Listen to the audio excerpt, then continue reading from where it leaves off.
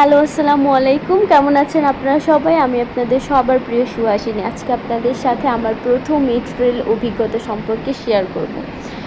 তো আমার ক্যাম্পাস থেকে মেট্রো রেলের যেই ইজি আওয়ারটা ছিল সেটা হচ্ছে পল্লবী। তো আমরা যেই কথা সেই কাজ, পল্লবী থেকে মতিঝিলের উদ্দেশ্যে রওনা হয়ে গেলাম। আর মেট্রো রেলে ওঠার পর আমার প্রথম যেই অভিজ্ঞতাটা ছিল সেটা হচ্ছে মেট্রো রেলের ভিতরে এসি ছিল, which I don't know. And second was the scenario. The scenario is very very amazing. I am just amazed.